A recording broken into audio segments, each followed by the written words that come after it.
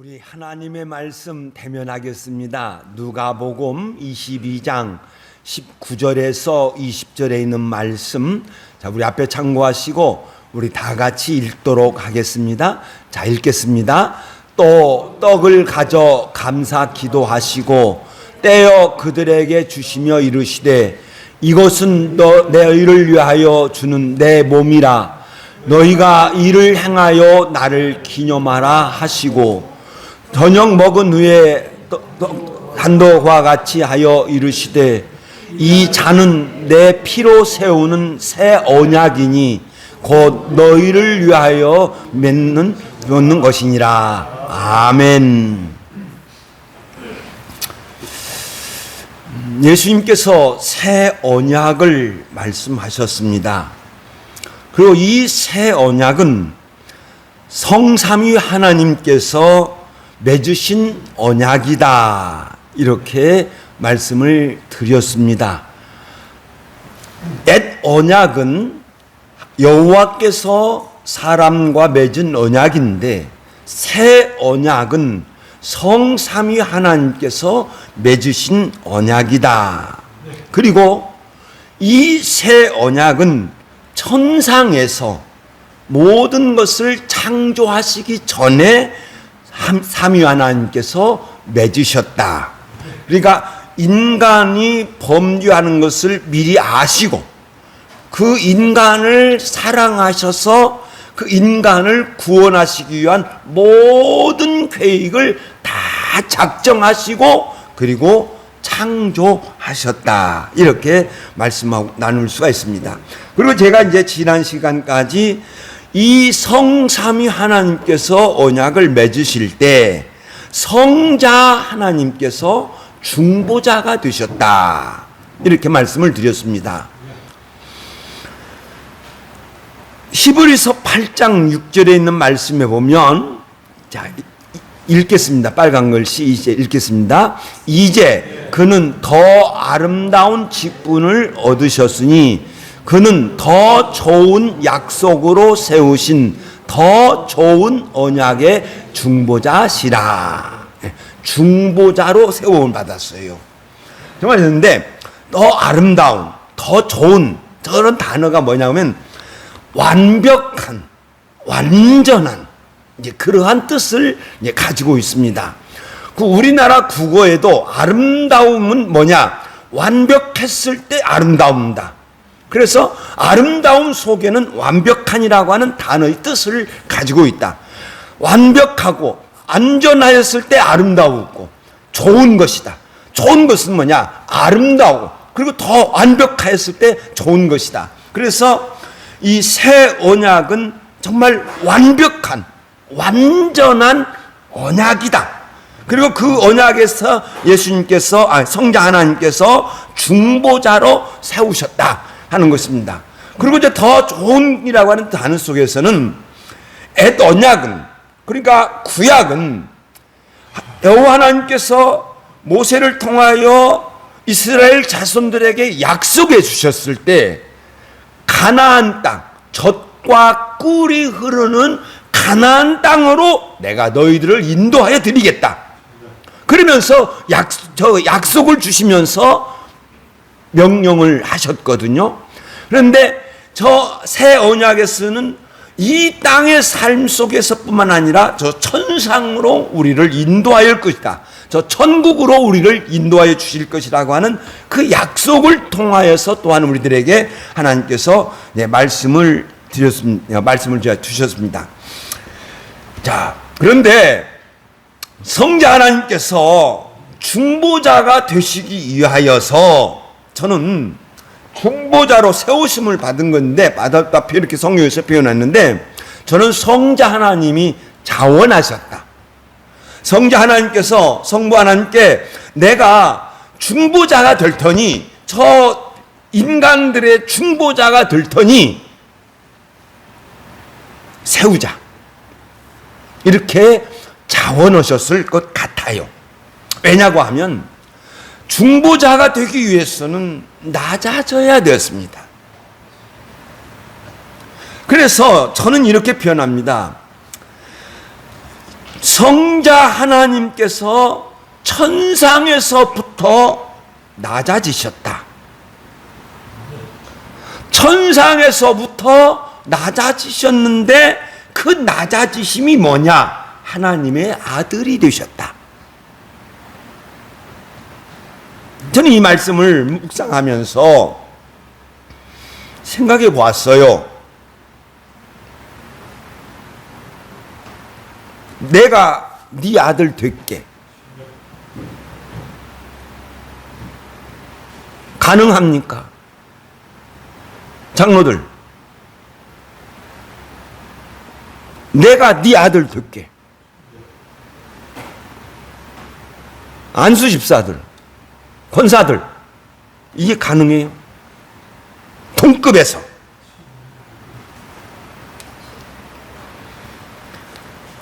골로새서 1장 15절에 있는 말씀에 보면, 자, 읽겠습니다. 시작.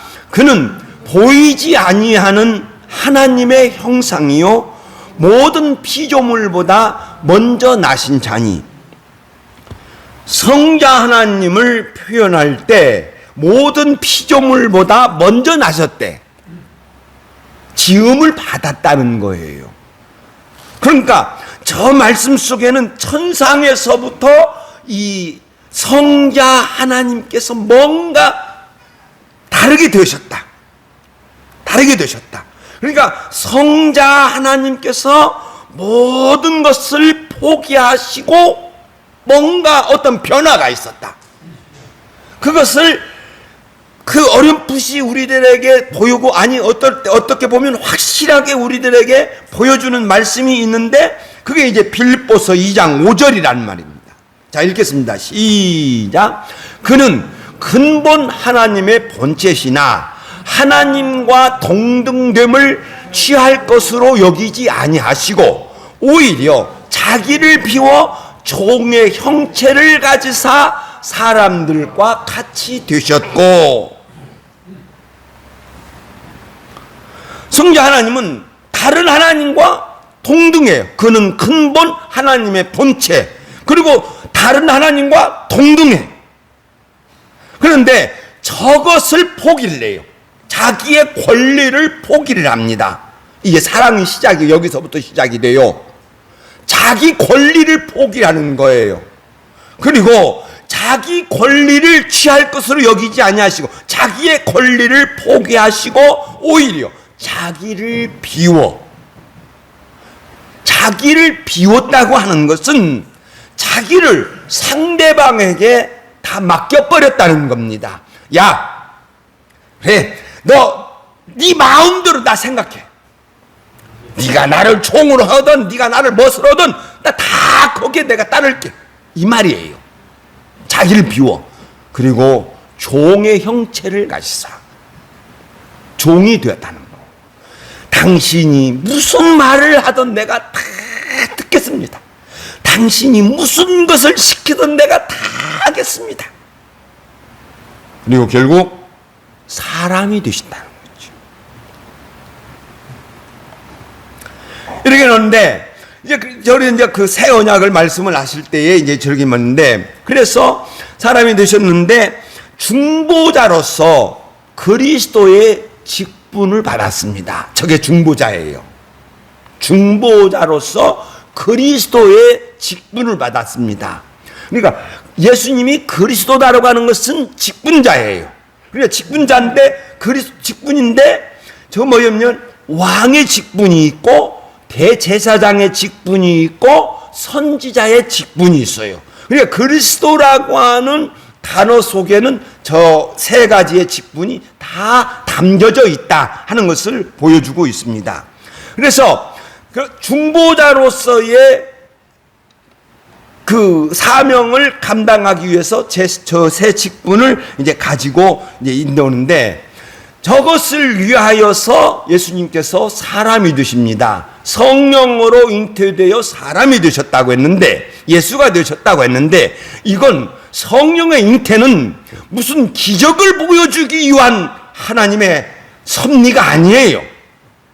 왜 성이 없냐면, 이제 좀 더 나가서 말하면, 성자 하나님께서 이 땅에 사람으로 오실 때에 하나님의 아들로 오실 수밖에 없었다. 사람의 아들로 올 수 없다. 아버지의 아들로 올 수는 없었다 하는 것입니다. 그래서 기적을 보이시기 위해서 한 게 아니라 제물이 되기 위해서는 하나님의 아들로 올 수밖에 없었다는 겁니다. 여러분, 그러니까 구약 시편에서 예언 다윗이 구약 110편에 보면요, 다윗이 자기도 모르게 막 외쳐요. 저는 그렇게 표현합니다. 주께서 주에게 이르시기를 이렇게 해요. 그리고 예수님께서 그 110편의 말씀을 인용을 하면서, 야, 너희들 메시아가 누구의 자손으로 오느냐? 그리스도가 누구의 자손으로 오느냐? 바리새인들이 말하면, 예, 다윗의 자손으로 옵니다. 어찌 메시아 그리스도가 다윗의 자손이냐? 시편 110편 봐라. 다윗이 주께서 주에게 이르시기를 이렇게 외쳤는데 어떻게 다윗의 자손이냐? 주다 이렇게 표현하는 거예요. 그런데 거기에서 보면은 이렇게 예언을 하고 있습니다. 자, 주께서 주에게 이르시기를, 자, 읽겠습니다. 시작. 여호와는 맹세하고 변하지 아니하시리니 이르시기를 너는 멜기세덱의 반차를 따라 영원한 제사장이라 하셨도다. 그러니까 너는 오실 그 주는 영원한 대제사장이 된다는 겁니다. 그럼 멜기세덱의 반차를 따랐다는 거예요. 그럼 멜기세덱이 어디서 나옵니까? 창세기 14장에서 나와요. 창세기 14장에 있는 말씀에 보면 아브라함이 그 북쪽 왕들한테 룻이 잡혔다 하는 소식을 듣고 380명가 하는 군사를 이끌고 가서 급습하여서 그 북쪽 다섯 명의 왕을 물리치고, 그러니까 성경에 보면 죽였다로 나오는데 창세기는 그냥 나누는데 히브리서는 죽였던 것으로 나옵니다. 물리치고 이제 돌아올 때 살렘 왕 멜기세덱이 맞이를 해요. 그러니까 그 멜기세덱을 소개하면서 창세기 14장 19절에서는 뭐라고 표현하냐면 그는 지극히 높으신 하나님의 제사장이었더라. 그런데 저 멜기세덱을 히브리서에서는 어떻게 표현하고 있냐고 하면 아버지도 없고 어머니도 없고 족보도 없고 시작한 날도 없고 죽은 날도 없고, 그러면서 하나님의 아들과 닮아서 항상 제사장으로 있느니라 이렇게 표현하고 있습니다. 그래서 저 멜기세덱이, 성경학자들은 저 멜기세덱이 누구냐 하고 이제 연구가 많이 있습니다. 그러나 저는 여기까지 이제 말씀하고 드리고 있는데, 자, 이제 그래서 제물이 되셔야 하는데 로마서에서 이 화목제물로 세우셨음을 증언하고 있습니다. 자, 읽겠습니다. 시작.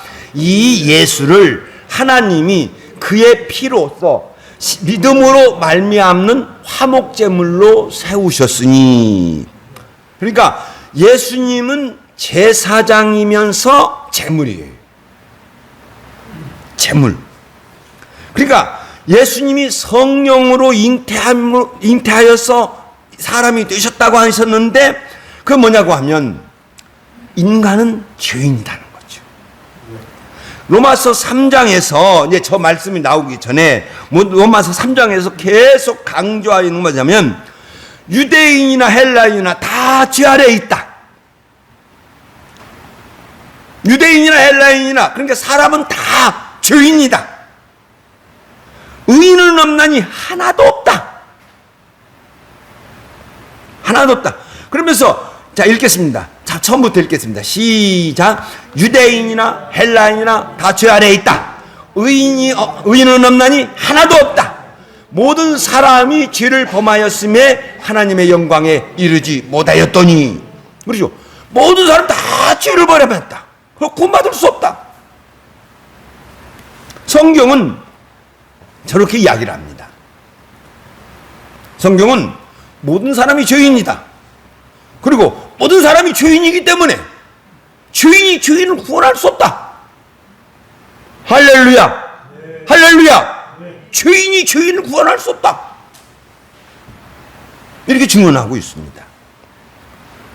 그런데 놀라운 일이 벌어졌음을 로마서 3장에서 증언하고 있죠. 자, 읽겠습니다. 시작. 그리스도 예수 안에 있는 속량으로 말미암아 하나님의 은혜로 값없이 의롭다 하심을 얻은 자가 되었으니 이 예수님을 하나님이 그의 피로 믿음으로 말미암는 화목제물로 세우셨으니 이렇게 이야기하고 있어요. 그러니까 죄인인 사람이 의롭다 하심을 얻을 수 있다. 그런데 그것은 값없이 된다. 그리고 그것은 하나님의 은혜로 된다. 은혜로. 그러니까 저 은혜라고 하는 것은 에베소서 2장 4절이죠. 그 빨간 글씨 읽겠습니다. 시작.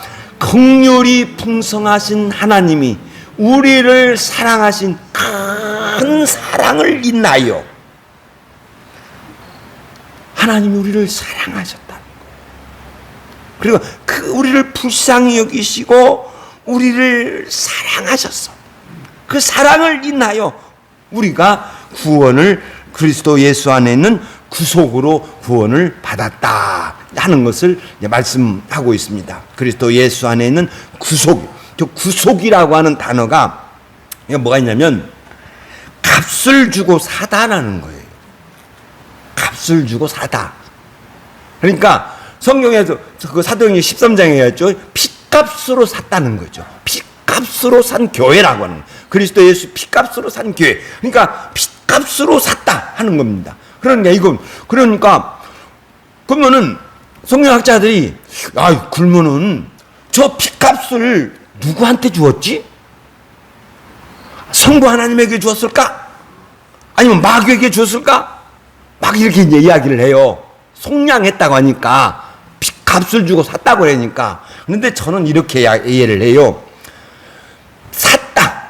그러면은 샀다고 하는 것은 만약에 내가 땅을 돈 주고 샀다 그러면 저 판 사람은 완전히 내 앞으로 옮겨진 거예요. 나에게 옮겨진 거예요.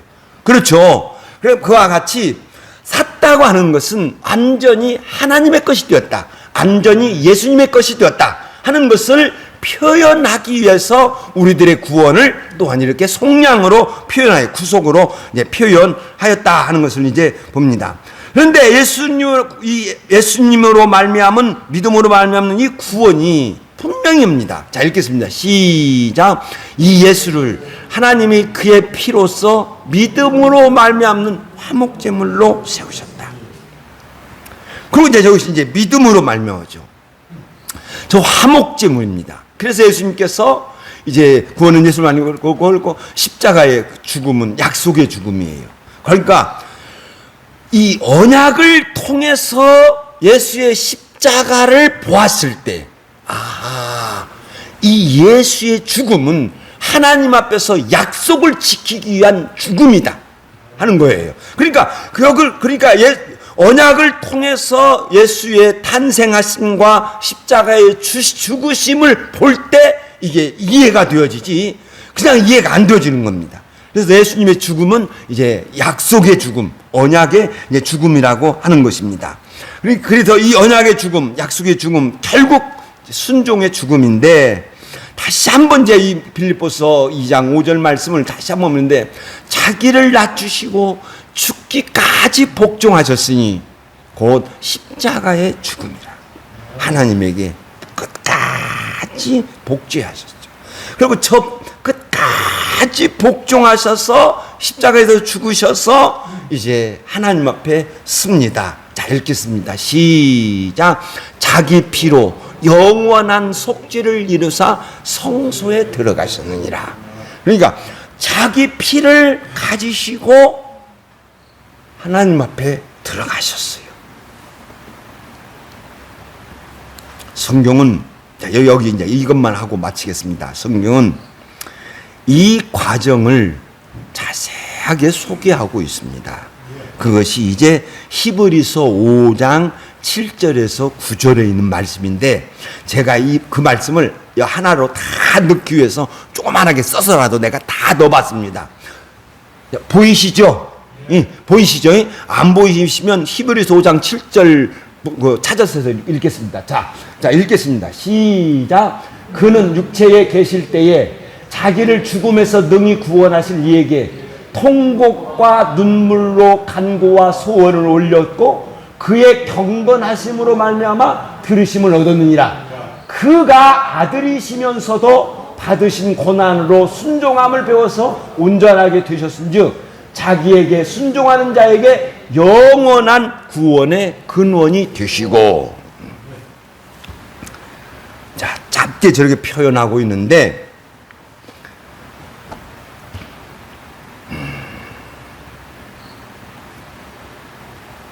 요셉과 마리아가 갓 태어난 예수님을 품고 나사렛으로 돌아가려고 하지 않았어요. 유대에서 예수님을 키우고 싶었어요. 이유가 있습니다. 대제사장이신 예수님의 삶을 그대로 보여주고 있는데,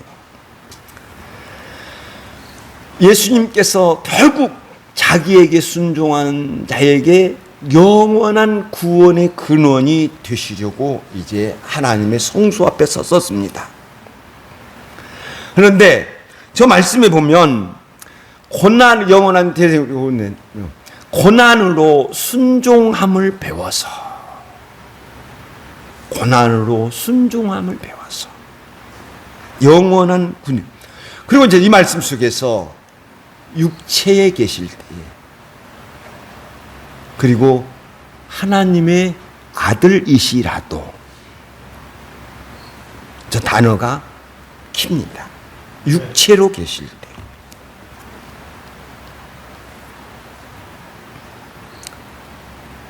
우리 한 가지만 표현해 봅시다. 그래서 유대에 계시려고 했지만 하나님께서 나사렛으로 모셨거든요. 자, 나사렛으로 가셨을 때, 마리아가 성령으로 잉태되었을 때 배가 불러왔죠.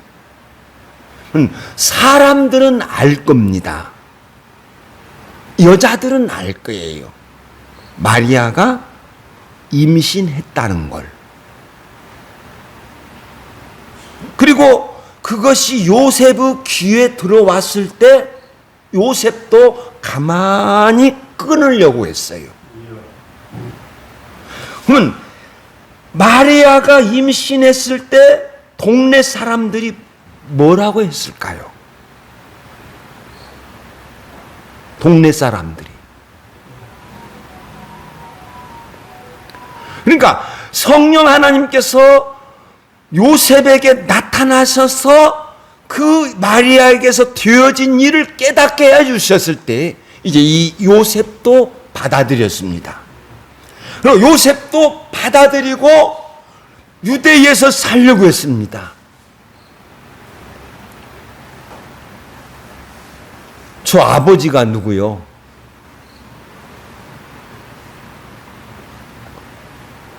저 아버지, 저 애비가 누구요? 어? 예수님은 고귀한 사람이 아니라 슬픔의 사람이었습니다. 저는 이렇게 표현하고 싶어요. 그래서 통곡과 눈물로 간구와 소원을 올렸고, 통곡과 눈물로 간구는 위치는 거예요. 위치는 거. 통곡은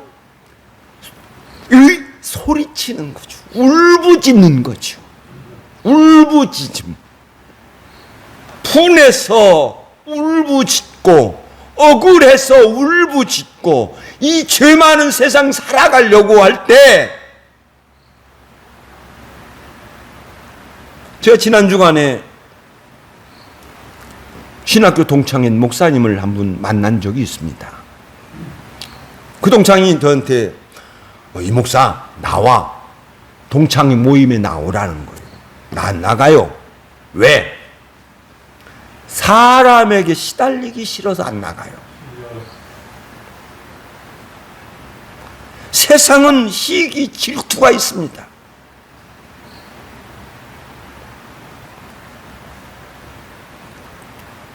그러니까 그 통곡, 그렇게 통곡, 막 울부짖죠. 눈물, 한없이 흐르는 눈물이에요.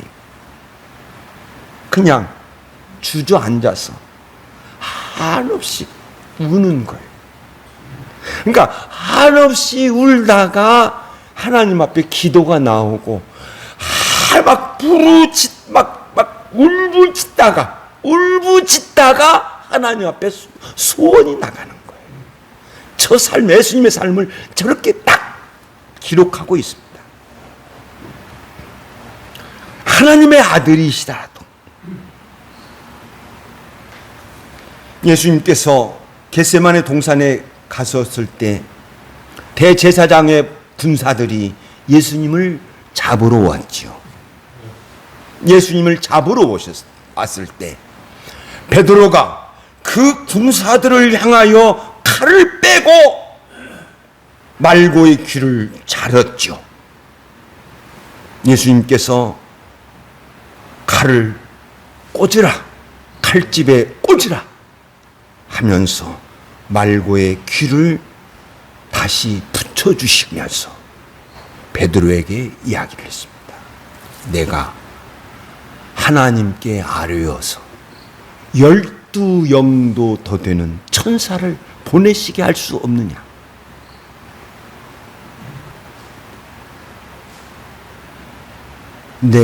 날 읽겠습니다. 시작. 너는 내가 내 아버지께 구하여 지금 12군단 더 되는 천사를 보내시게 할 수 없는 줄로 아느냐? 하나님의 아들이시기 때문에 언제든지 하나님이 되실 수 있고, 하나님의 아들이시기 때문에 언제든지 아버지 하나님에게 도움을 받을 수 있습니다. 그런데 저 붙잡힐 때 저 하나님의 아들의 권위를 포기합니다. 저 붙잡힐 때 하나님의 아들의 권위를 포기하고 자기의 힘을 쓰지 않습니다. 왜요? 왜? 구원을 이루기 위하여서. 붙잡히지 않으면 구원의 길만 가는 거예요. 그러니까 저 붙잡힘도 그냥 그대로 육신에 그대로 순종하여 가는 거예요.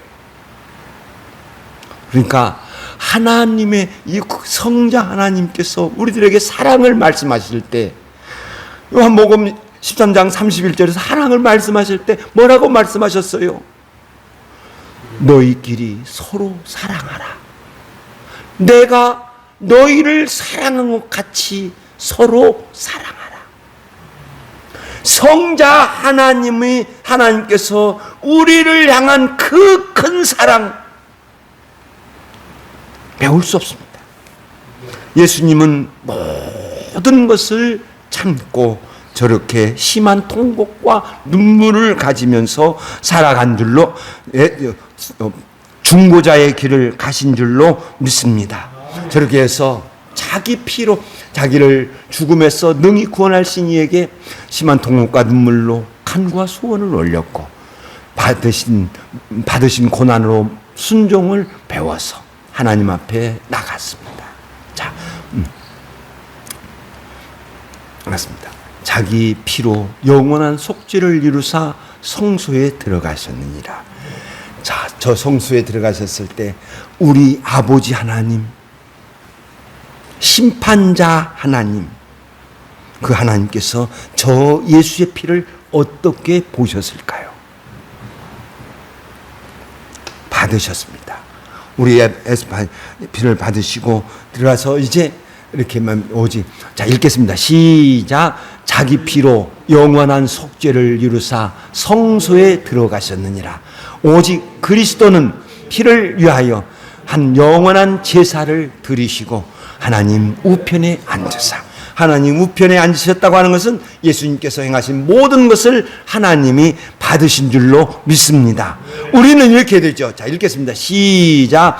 예수의 피를 힘입어 성소에 들어갈 담력을 얻었나니. 우리는 하나님 앞에 들어갈, 하나님 앞에 설 담력을 예수의 피로 얻었다는 겁니다. 저는 이 말씀을 보면서 대제사장인 예수님이 중보자가 되신 것은 내가 너를 대신하여, 이 말씀이죠. 내가 너를 대신하여. 이게 중보자입니다. 예수님이 보여주신 사랑입니다. 내가 너를 대신하여 기도하고, 내가 너를 대신하여 일하고, 내가 너를 대신하여 무엇인가를 한다고 하면 우리들의 삶은 더 아름다워지고 귀하여 갈 줄로 믿습니다. 기도하겠습니다.